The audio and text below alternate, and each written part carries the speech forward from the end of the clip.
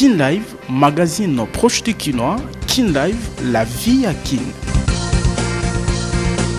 Nationale des autorités traditionnelles du Congo, en ATC en sigle, communiqué de presse du 20 mai 2019.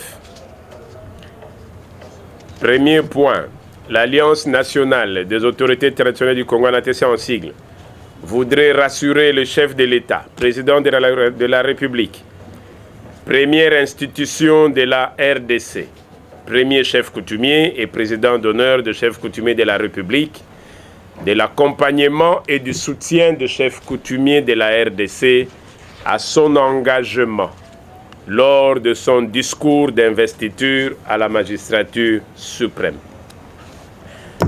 Deuxième point, l'ANATC voudrait également rappeler aux institutions tant locales, nationales qu'internationales, et principalement au cabinet du chef de l'État, que son comité exécutif national reste sous le président national intérimaire, le grand chef Ngandoli Musoni, vice-président national en charge de la ville de Kinshasa, et de Sa Majesté Mfumudi Mantinu, secrétaire général, jusqu'à la tenue de son assemblée générale et de la conférence annuelle des chefs coutumiers à convoquer et à organiser par le tripartite Présidence de la République, Ministère des Affaires coutumières, Secrétariat général ANATC. 3. L'ANATC voudrait rappeler que la conférence générale sur la réforme de la politique foncière nationale de la RDC, organisée par le gouvernement de la République à Bukavu, a conduit et conclu à la révision de la loi Bakajika, dite loi foncière, afin de neutraliser les abus commis sur la gestion de la terre, et c'est pour la paix des communautés locales et le développement des entités coutumières, gage de la relance économique du pays. Les chefs coutumiers attendent donc du gouvernement national et du nouveau Parlement l'application des dites résolutions et appellent le ministère des Affaires foncières à la suspension provisoire des ventes de terres coutumières sur l'ensemble de la République, en entendant la cartographie des terres coutumières, terres des communautés locales et la certification des villages coutumiers conformément à la loi 15/015 du 25 août 2015 portant statut de chef coutumier. 4. L'ANATC voudrait rappeler à la haute attention du président de la République, aux institutions de la République, spécialement à la CENI et aux institutions internationales, que les chefs coutumiers, chefs de groupement, sont membres de droit aux conseils locaux, conformément à la loi fondamentale, telle que confirmée par le dernier projet de la révision de la loi électorale du gouvernement ayant conduit à la loi électorale en vigueur. Étant conditionné à la révision constitutionnelle de l'article 207, les droits des chefs coutumiers ont été renvoyés à cette fin, c'est-à-dire à la révision de la Constitution.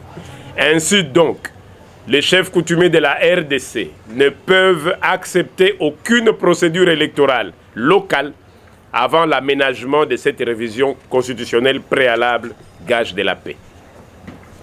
5. L'ANATC voudrait remercier le président de la République, le Premier ministre, l'Organisation mondiale de la santé et spécialement son Excellence Monsieur le ministre de la Santé publique pour l'implication des autorités traditionnelles, gardiens des communautés et autorités incontournables du développement et de la paix à l'éradication de la maladie à virus Ebola. L'ANATC se réjouit des résultats obtenus dans les 60 jours de son engagement dans la province de l'Équateur, Bikoro et environ, et dans celle du Nord Kivu à Beni.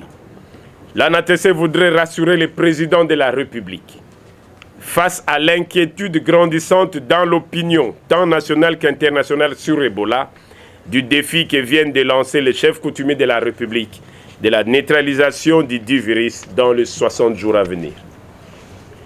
Elle voudrait également compter sur le gouvernement et les institutions internationales en termes de prévention à la formation nationale des chefs coutumiers de la République sur la gestion des catastrophes médicales.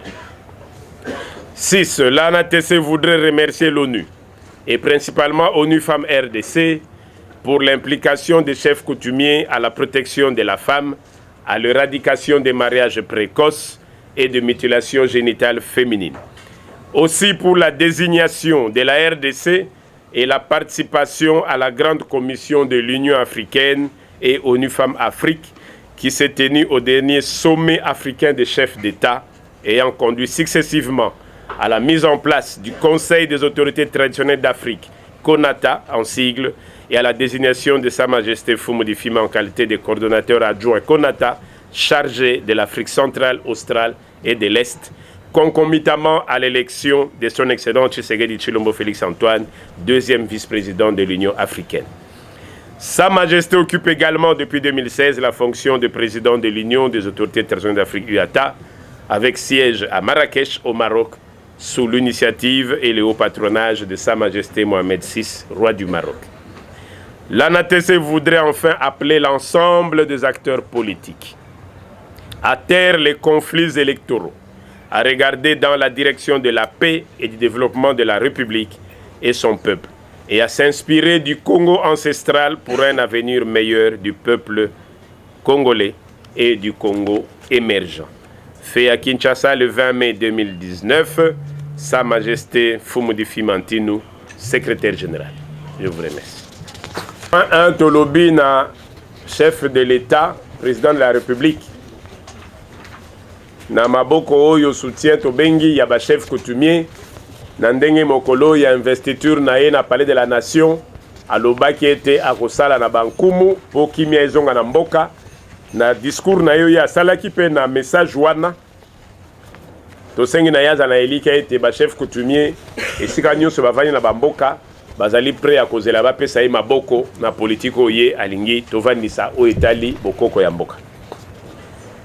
Point ya mibale to rappeler na cabinet à chef de l'État, to rappeler na ba institution nationale internationale que jusqu'à nouvel ordre anate César Kotambwama na grand chef Ngandoli, vice-président national en charge ya Kinshasa, yenda zali ko assumer intérim tito ko kene l'assemblée générale to na conférence annuelle ya ba chef coutumier et puis na secrétaire général Sa Majesté Fumudi Fima oyo avandiawa assemblée générale ya alliance et bengamaka na cabinet ya chef de l'État, na ministère intérieur, affaires coutumières, na exécutif ya ANATC pour na convoquer ndenge yango bandelaka na ba territoire qui est comme na niveau national. Et donc avant ça, tolingi koyoka te mutu na mutaso auto proclamer na coin na gauche nga na sala ki yangai. Tolingi ko rappeler na ba institution que tolingi ba respecter ordre wana. Ya misatu tozana loi bakajika. Loi bakajika bato balbaka toujours sol sous-sol appartiennent à l'État. Babosa na ka chef coutumier yepé l'État. Babosa na ke mabele ezali d'abord ya mabota. Mabele ezali ya bokoko. Loi bakajika ezali mabete po na kati ya loi bakajika alobaki mabele ya bokoko ezali mabelo ba PCP na ba institution ezali. Mais oyo esengi bokoko balandela kangote ka koluka koya kolgiba kuna koyiba kuna soki nkumu atomboki babi yenda koteka mabele. Mutu ana droit koteka mabele te na place ya bakolo mabele. Kasi tosengaki na grande conférence to kendaki Bukavu. Je crois que quelques chefs bazali to kendaki na bango rencontre nzaki ya monene na ba conservateur na ba membre à gouvernement toyaki kolonga pona kosa la révision ya loi foncière. Peto sengaki que en entendant bazwa arrêter moko suspendant ba vente nyonso comme ça to ka susu te ke o conservateur akenda kata mabele azongisa ki boy te ba suspendre nyonso ba sa la cartographie ya ba mabele et ba na clan mabele ne bandiwa pe sukwa pe pieza ya ma clan nini kimia wane kota e ko sala ke mutu nyonso alinga sala mosala ko yeba akosola na nani sinon ba continuer ko bakisa ba conflit pe ba conflit ya mobulu. Alors ministre a lancé qui réforme wana ye asi à Longwe, mais parlement ya sike koti, gouvernement oye kokota to o ezosi liso na te soka za suna tango et sengeli ba présenter projet na parlement o tolobaki ya révision ya loi na ya loi bakajika po ba kimia ekota na ba mboka moto na moto akovanda zola la pongia ibike moto akotungisa za liso te.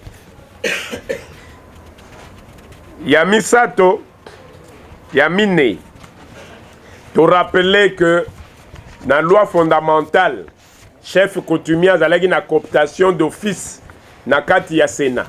azalaki na cooptation d'office membre de droit na conseil local, conseil à chefferie, conseil à secteur, les chefs coutumiers, chefs de groupement za membre de droit. Gouvernement a présenté un projet wana na niveau ya Assemblée nationale. Débat ezalaka makasi, mais comme constitution est bloquée cooptation à chef coutumier kaka na niveau assemblée provinciale, moyen ba fongo la constitution exacte fallait que ça la révision. Bo ibita ngwana ba tunyo so ba ko banga révision so bo réviser ka kabila continuer. Alors, aye passé à Pémina. Donc eza sous raison te tokoki ko beta masolo ya élection locale été. Message wana tozeli sango chef de l'état spécialement seni yom to sala ka calendrier no bankumu ba boyango. Institution internationale m'accompagnaka na ba fond ba yeba ke bankumu ba boyango. Tout ça là nous révision constitutionnelle et puis sa membre de droit na ba chef coutumier au niveau ya ba conseil de chefferie secteur nde ba ko sala ba élection na bango ko sala ngo ya avant eza lokwa tozongi na tango ya buzoba ya kala ya colonisateur yaka bando kamba bankumu o ba ko bimana banda ko pesa ba ordre na bango to ko yako luka sumo bulu mususu ya ba kamu inansa pour 2 ou 3 to boye yango malamu kimia ikota. Point 5. Topesi remerciement na chef de l'État, na premier ministre, na gouvernement et spécialement na ministre ya santé, pe na OMS, UNICEF, bao baza ko accompagner pour na kobimisa maladie ya Ebola ekoti mboka.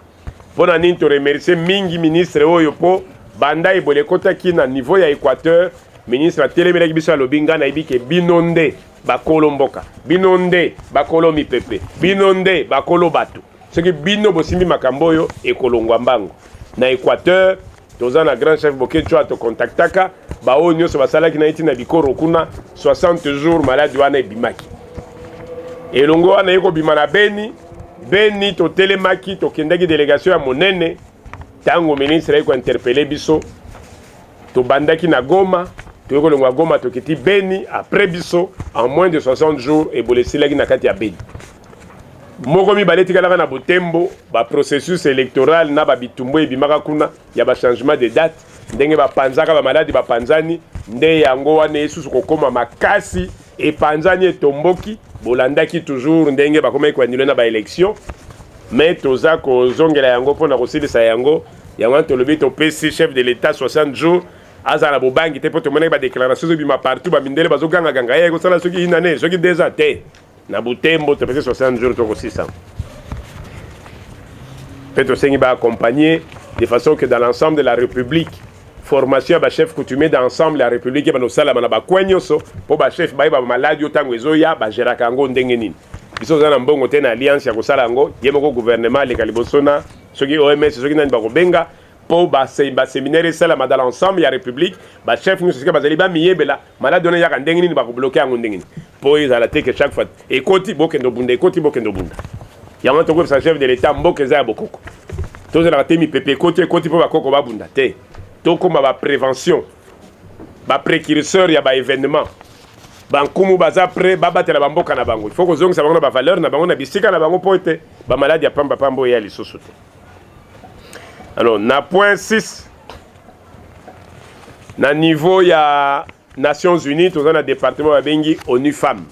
ONU Femmes o mosala ne ko bundela ba mama, mosala ne ko protéger bana na UNICEF et ba bengi sa biso sali au moins 2-3 ans to travailler na bango pour na kotala comment ko sensibiliser pour été ba mariage avant 18 ans ezalate.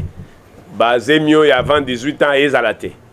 Na tango ya kala ba mama ta na 12 ans botine nzote zaki ya makasi zaki pe kutezo bimsata 15 pe azaka ka soki na lobaneni kolongono. Mais il y a les lots pour moi, c'est même si c'est 30 bandio bota bomonika bandio kende. Alors, dans moins de 18 déjà sous passé. Donc, comme loi et monique, il faut 18 ans d'abord pour moi na boza la suite nous te commune na isika nango. Sengaki na biso toko kapé ko accompagner na eloko wana. Kasi organisation mo kezo sala na niveau ya Afrique, ONU Femmes na ONU na Nations Unies, na Union africaine. Kin Live, magazine proche du Kinois. Kin Live, la vie à Kin.